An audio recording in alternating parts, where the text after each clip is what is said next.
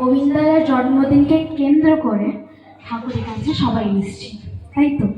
আমরা এখানে যারা আছি সবাই অনেকটা অ্যাক্টিভ, মানে আমরা সবসময় সৎসঙ্গে যাই, মাতৃ সম্মেলনে যাই, গিয়ে ঠাকুরের অনেকগুলি বাণী শুনি।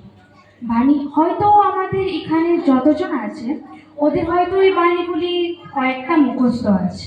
যেমন কি একটা ছোট্টটা বাণী আছে, লেখাপড়ায় দর হলে শিক্ষা তারে কয় না, অভ্যাস ব্যবহার সহজ জ্ঞান না হলে শিক্ষা হয় না। সেটা আমরা সবাই জানি, এটা কতটুক সত্যি।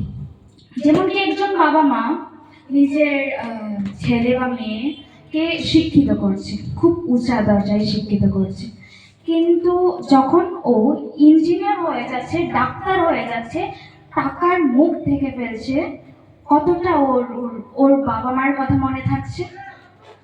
সেটা সংস্কার। সংস্কারটা কি? যে জিনিসটা আমরা করার জন্য কেউ আমাদেরকে বলে দিতে হয় না যে এটা করব। যেমন কি ঘুম থেকে ওঠার পর আমরা ব্রাশ করি, ঘুমানোর আগে ব্রাশ করি, সেটা কি আমাদেরকে কারোর বলে দিতে হয়? হয় না তো। সেটাই সংস্কার। সেটা কিভাবে হবে? আমরা কিভাবে জানবো যে এটা করা দরকার, ওটা করা দরকার নয়? প্রতিনিয়ত নাম করে, প্রতিনিয়ত ঠাকুরের কাছে এসে সেটা আমাদের বুঝতে হবে।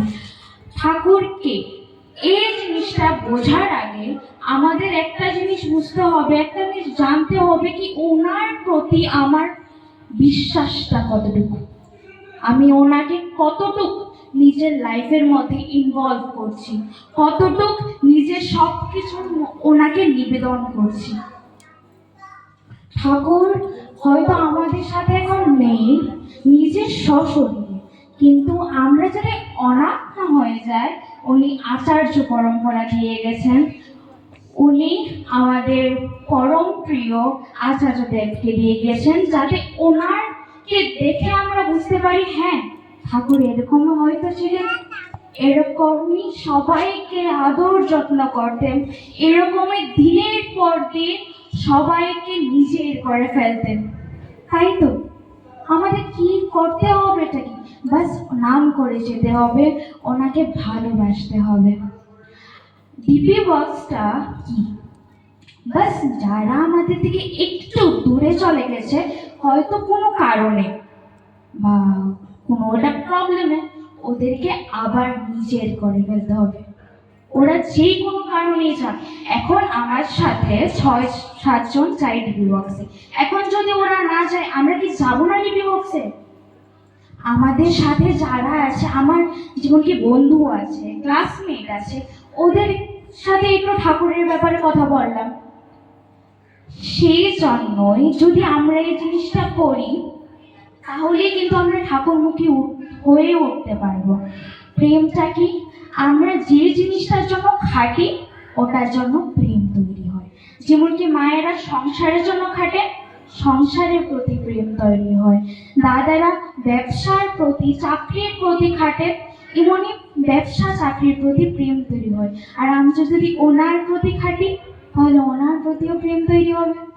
কিন্তু খাটতে হবে তো, সবকিছু তো আর এইভাবে পাওয়া যায় না, মানুষ হয়েছি, তাই তো?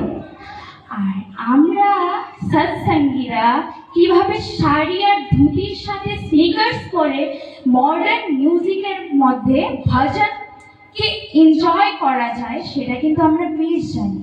নিজের ঐতিহ্যকে ভোলা যাবে না, আবার মডার্নাইজেশনকেও বাদ দিয়ে রাখা যাবে না। আমরা সবাই ওনাকে নিয়ে থাকবো, পরম পূজনীয় অভিন দাদাকে ভালোবাসবো।